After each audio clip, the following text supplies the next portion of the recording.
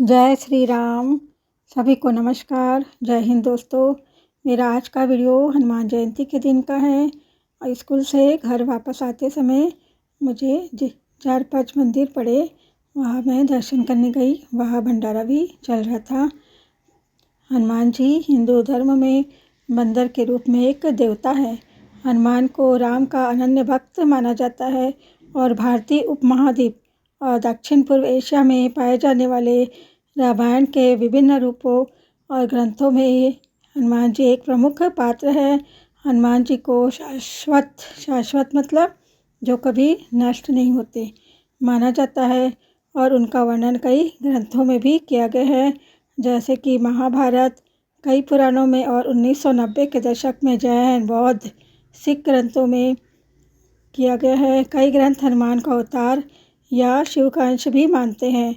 हनुमान जी को अंजना और केसरी का पुत्र माना जाता है और कुछ किंवदंतियों के अनुसार हवा के देवता पवन सुत कहते हैं ना, क्योंकि हवा के देवता ने भी उनके जन्म में योगदान दिया था। वर्तमान में जो युग चल रहा है उसे कलयुग नाम दिया गया है। ऐसी मान्यता है कि कलयुग में देवी देवता वास नहीं करते हैं, लेकिन हनुमान जी एक ऐसे देवता हैं जिन्हें कलयुग के देवता के नाम से जाना जाता है। कहा जाता है कि जो भक्त हनुमान जी की आराधना करता है उसे किसी भी प्रकार की कोई परेशानी नहीं होती है। हनुमान जी अपने भक्तों का हर संकट हर लेते हैं। हनुमान जी कलयुग में जागृत और साक्षात शक्ति है, जिनके समक्ष कोई मायावी शक्ति नहीं ठहर पाती है। ऐसा माना जाता है कि जहाँ भी भगवान राम की पूजा होती है या फिर रामायण का पाठ होता है, वहाँ पर भक्त हनुमान किसी न किसी रूप में अवश्य पहुँचते हैं। पौराणिक कथाओं के अनुसार रावण की लंका पर विजय पाकर जब भगवान श्री राम अयोध्या लौट रहे थे, तब इन्होंने उन लोगों को उपहार दिया जिन्होंने रावण के युद्ध में उनका साथ दिया था। इसमें विभीषण, अंगद और सुग्रीव शामिल है। तभी हनुमान जी भगवान श्री राम से याचना करते हैं कि यावत् राम कथा वीर चरिष्यति महीतले तावच्छ रीरे वत्स युतु प्राणामम न संशय। अर्थात हे वीर श्री राम, इस पृथ्वी पर जब तक राम कथा प्रचलित रहे तब तक निसंदेह मेरे प्राण इस शरीर में बसे रहे। भगवान श्री राम आशीर्वाद देते हुए कहते हैं, एव में तत् कपिश्रेष्ठ भविता नात्र संशय चरिष्यति कथा यावदेशा लोके च मामिका तावत् ते भविता कीर्ति शरीरे प्यवस्था लोका हि यावत्स्थास्यन्ति तावत् यथास्थास्यति मे कथा। अर्थात हे कपिश्रेष्ठ, ऐसा ही होगा, इसमें संदेह नहीं है। इस संसार में जब तक मेरी कथा प्रचलित रहेगी तब तक तुम्हारी कीर्ति अमिट रहेगी और तुम्हारे शरीर में प्राण भी रहेंगे ही। जब तक ये लोक बने रहेंगे तब तक मेरी कथाएं भी स्थिर रहेगी। इस तरह हनुमान जी को प्रसन्न किया जा सकता है। हनुमान जी की कृपा अपने ऊपर बनाए रखने के लिए हनुमान चालीसा का पाठ करना चाहिए। मंगल और शनिवार को हनुमान जी को चोला चढ़ाना लाभकारी होता है। मंगलवार और शनिवार का व्रत रखकर भी आप भगवान का आशीर्वाद प्राप्त कर सकते हैं। मान्यता है कि कलयुग में सबसे जागृत देवता हनुमान जी ही है और हनुमान जी को इस युग में सबसे ज़्यादा पूजा जाता है और उनकी पूजा को लाभकारी बताया गया है। इस युग में उनकी पूजा करने से जीवन में चल रहे सभी संकटों से शीघ्र मुक्ति मिलती है। इसी कारण उनका एक नाम संकट मोचन भी है। हनुमान जी को क्यों इतना पूजा जाता है, कि वो कैसे जागृत देव बने, इसके बारे में एक किंवदंती पढ़े हैं। एक और किंवदंती है कि माँ सीता ने उन्हें अमर होने का वरदान दिया था। वाल्मीकि रामायण के अनुसार हनुमान जी अष्ट चिरंजीवी में से एक है। जब भगवान राम के परम सेवक हनुमान जी लंका में माँ सीता की खोज करते हुए वहाँ पहुँचे और अशोक वाटिका में भगवान राम का संदेश दिया, तब माँ सीता ने हनुमान जी को अमर होने का वरदान दिया था। तब से हनुमान जी 8 चिरंजीवियों में से एक हुए। भगवान राम ने निज धाम जाते समय हनुमान जी को कलयुग तक रहने के लिए कहा था। वाल्मीकि रामायण के अनुसार जब भगवान राम अंतिम क्षण अयोध्या नगरी से अपने नीलधाम वैकुंठ पधारने के लिए सरयू जी में प्रस्थान करने लगे। तब हनुमान जी ने राम से कहा, हे नाथ मेरे आराध्य, यदि आप अपने निज धाम जाएंगे तो मैं भी आपके साथ चलूँगा। भला आपके बिना मैं यहाँ क्या करूँगा। तब भगवान राम ने हनुमान जी से कहा, हनुमान तुम्हें कलयुग तक धरती पर रहना है। एक समय ऐसा आएगा जब वहाँ पाप सबसे ज़्यादा बढ़ जाएगा। तब आपको सभी धर्म पर चलने वाले भक्तों की रक्षा करनी होगी।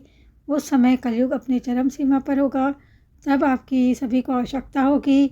बजरंग बली भला अपने आराध्य की बात को कैसे न स्वीकारते।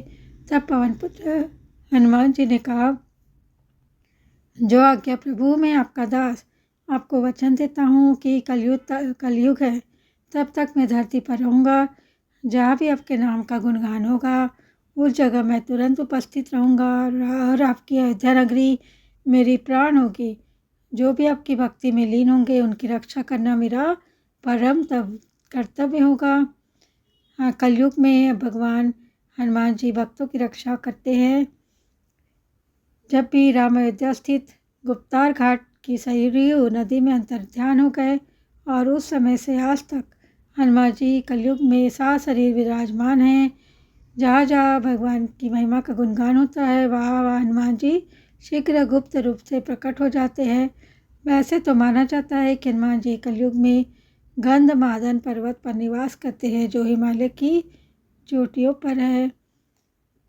हनुमान जी जो है वो सबसे जागृत देव है। इनकी पूजा जो भी करता है उनके सारे कष्ट मिट जाते हैं। हनुमान जी की पूजा शुरू करने से पहले भगवान राम के नाम का जप करें। उसके बाद हनुमान जी की पूजा का संकल्प लेते हुए उनसे प्रार्थना करें कि वह आपके सारे बिगड़े काम बना दे। उसके बाद हनुमान चालीसा पाठ करें और शाम के समय हनुमान सुंदरकांड का पाठ करें। पाठ करने के बाद हनुमान जी के मंदिर में जाकर एक चमेली के तेल का दीपदान करें और उनकी आरती करें। मंदिर यदि किसी कारण नहीं जा सकते तो घर पर ही इनका वंदन करें, है ना। तो आपके जीवन में परेशानियां दूर होगी और आपकी मन की हर इच्छा शीघ्र पूर्ण होगी। स्वामी विवेकानंद श्री हनुमान जी के उत्तम गुणों से मोहित हो गए थे। उन्होंने अपने शिष्य को इस प्रकार प्रोत्साहित किया, अब तुम्हें महावीर के चरित्र को अपना आदर्श बनाना है। देखिए किस प्रकार रामचंद्र की आज्ञा से उन्होंने समुद्र पार किया। उसे जीवन या मृत्यु की कोई परवाह नहीं थी। वह अपनी इंद्रियों का पूर्ण स्वामी और अद्भुत रूप से बुद्धिमान था। अब तुम्हें व्यक्तिगत सेवा के इसी आदर्श पर अपना जीवन बिताना है। उनसे सभी अन्य आदर्श धीरे धीरे जीवन में प्रकट होंगे। बिना किसी प्रश्न के गुरु की आज्ञा का पालन करना और ब्रह्मचर्य का कड़ाई से पालन करना, यही सफलता का रहस्य है। एक और हनुमान सेवा के आदर्श का प्रतिनिधित्व करते हैं तो दूसरी ओर वे सिंह जो है ना, शेर के समान साहस का भी प्रतिनिधित्व करते हैं, जिससे पूरी दुनिया आश्चर्यचकित हो जाती है। उन्हें राम की भलाई के लिए अपने प्राणों की आहुति देने में तनिक भी संकोच नहीं है। राम की सेवा को छोड़कर हर चीज़ के प्रति अत्यधिक उदासीनता, श्री राम की आज्ञा का पालन करना ही उनके जीवन का एक व्रत है। ऐसा संपूर्ण हृदय भक्ति चाहिए। आध्यात्मिक प्रगति का एक मुख्य तत्व पवित्र और बुद्धिमानों की संगति है। यह श्री रामकृष्ण की आज्ञाओं में से एक है। भगवान के नाम को दोहराना और उनकी महिमा का गायन करना, समय समय पर एकांत में जाना और भगवान के बारे में सोचना और ध्यान का अभ्यास करना। उन्होंने सामाजिक सांसारिक लोगों की तुलना नम लकड़ी से की है। ऐसी लकड़ी भी आग पर रखने पर जल्दी ही सूख जाती है और जलने लगती है। उसी प्रकार साधु संतों की संगति सांसारिक लोगों के हृदय से लोभ और वासना की नमी को दूर कर देती है। फिर उनमें विवेक की अग्नि निरंतर जलती रहती है। हनुमान जी के बारे में अन्य बातें हैं, जैसे कि हनुमान जी लंका के लिए उड़ान भरते हैं। तब हनुमान जी, जिन्हें अभी अभी उनकी अपार शक्ति का स्मरण हुआ है, लंका की ओर प्रस्थान करते हैं, जहाँ माता सीता को राक्षस राजा रावण ने बंदी बना रखा था। वह समुद्र पर छलांग लगाने के लिए खूबसूरत पहाड़ी पर चढ़ते हैं। उनकी उड़ान इतनी शक्तिशाली कि पहाड़ी तुरंत पाताल में धंस जाती है। रास्ते में श्री हनुमान जी ने मैनाक पर्वत को अपने ऊपर रखने के प्रस्ताव को अस्वीकार कर दिया। अपनी यात्रा में आगे उनका सामना सुरसा से होता है, जो उसे खा जाने की धमकी देती है। जैसे ही वह श्री हनुमान जी को निकलने के लिए अपना मुंह खोलती है, वह अपने शरीर को उसके मुंह के आकार से दोगुना बड़ा कर लेते हैं। जैसे जैसे वह अपना मुंह और भी चौड़ा खोलती है, वैसे वह अपना आकार बढ़ाते जाते हैं। फिर अचानक अति सूक्ष्म रूप धारण कर उसके मुंह में प्रवेश कर बाहर निकल जाते हैं। सुरसा ने ये खुलासा किया कि वह केवल श्री हनुमान जी की शक्ति का परीक्षण करने के लिए वहाँ आई हैं। उनका आशीर्वाद प्राप्त करके वह चली जाती है। इसके बाद उनकी मुलाकात एक राक्षसी सिमिका से होती है, जिसके पास ऊपर उड़ रहे एक पक्षी की परछाई को पकड़कर उसे नीचे खींचकर फिर उसे खा जाने की शक्ति है। श्री हनुमान जी ने उसे एक ही जोरदार प्रहार से गिरा दिया। लंका के प्रवेश द्वार पर राक्षसी लंकिनी पहरा देती है। वह श्री हनुमान जी का पता लगा लेती है। भले ही उन्होंने खुद को एक मच्छर के आकार में छोटा कर लिया हो, वह उस पर ऐसा प्रहार करती है कि वह लड़खड़ा जाती है और खून की उल्टियाँ करने लगती है। वह याद करती है कि भगवान ब्रह्मा ने खुलासा किया था कि जब वह एक बंदर के प्रहार से असहज हो जाएगी तो यह रावण और राक्षस जाति के अंत की भविष्यवाणी होगी। और इस जो घटना हुई थी उसके पीछे का मतलब ये है कि इसका जो रहस्य है वो ये है कि श्री हनुमान जी की यात्रा एक साधक की आध्यात्मिक खोज की यात्रा को बताती है। एक तो छलांग और दुबकी पहाड़ी। इसका मतलब है कि जिस पहाड़ी से श्री हनुमान जी छलांग लगाकर दूर चले जाते हैं उसे सुंदर बताया गया है। पहाड़ी दुनिया के प्रति हमारे आकर्षण और लगाव को दर्शाती है। आमतौर पर दुनिया अपनी गुरुत्वाकर्षण शक्ति या आकर्षण के बल पर किसी को रोके रखती है। आध्यात्मिक जीवन सांसारिक जीवन की तीव्र अस्वीकृति के साथ शुरू होता है तो हम पर बोझ लगता है चट्टान की तरह। मैनाक का विश्राम का प्रस्ताव अपनी आध्यात्मिक गतिविधियों से आराम पाने या किसी अन्य गतिविधि की ओर मुड़ने का प्रलोभन हमेशा मौजूद रहता है। ऐसे प्रलोभन को अवश्य ही अस्वीकार कर देना चाहिए। मैनाक का प्रस्ताव उस विलासितापूर्ण विश्राम का प्रतिनिधित्व करता है जो साधक को लुभाता है। लेकिन श्री हनुमान जी कहते हैं कि जब तक वे राम का काम पूरा नहीं कर लेंगे तब तक उन्हें विश्राम नहीं मिलेगा। रस द्वारा स्वादिष्ट दुनिया को मात दे। सुरसा नाम सू से मिलकर बना है, जिसका अर्थ होता है अत्यधिक, और रस मतलब जो बताता है कि स्वाद में अच्छा लगता है। इस प्रकार सुरसा उस संसार का प्रतिनिधित्व करती है जो आनंददायक प्रतीत होता है लेकिन अंत में उसे निगल जाता है। श्री हनुमान जी अपनी बुद्धि और शक्ति से उस पर विजय प्राप्त करते हैं। छिपा हुआ शत्रु सीका ईर्ष्या का प्रतिनिधित्व करती है। यह साधक का अदृश्य और सबसे विश्वासघाती शत्रु है। साधक अर्थात हमारे अचेतन मन में छिपे खतरे से अनजान होकर ऊंची उड़ान भरने वाले असावधान पक्षी की तरह है।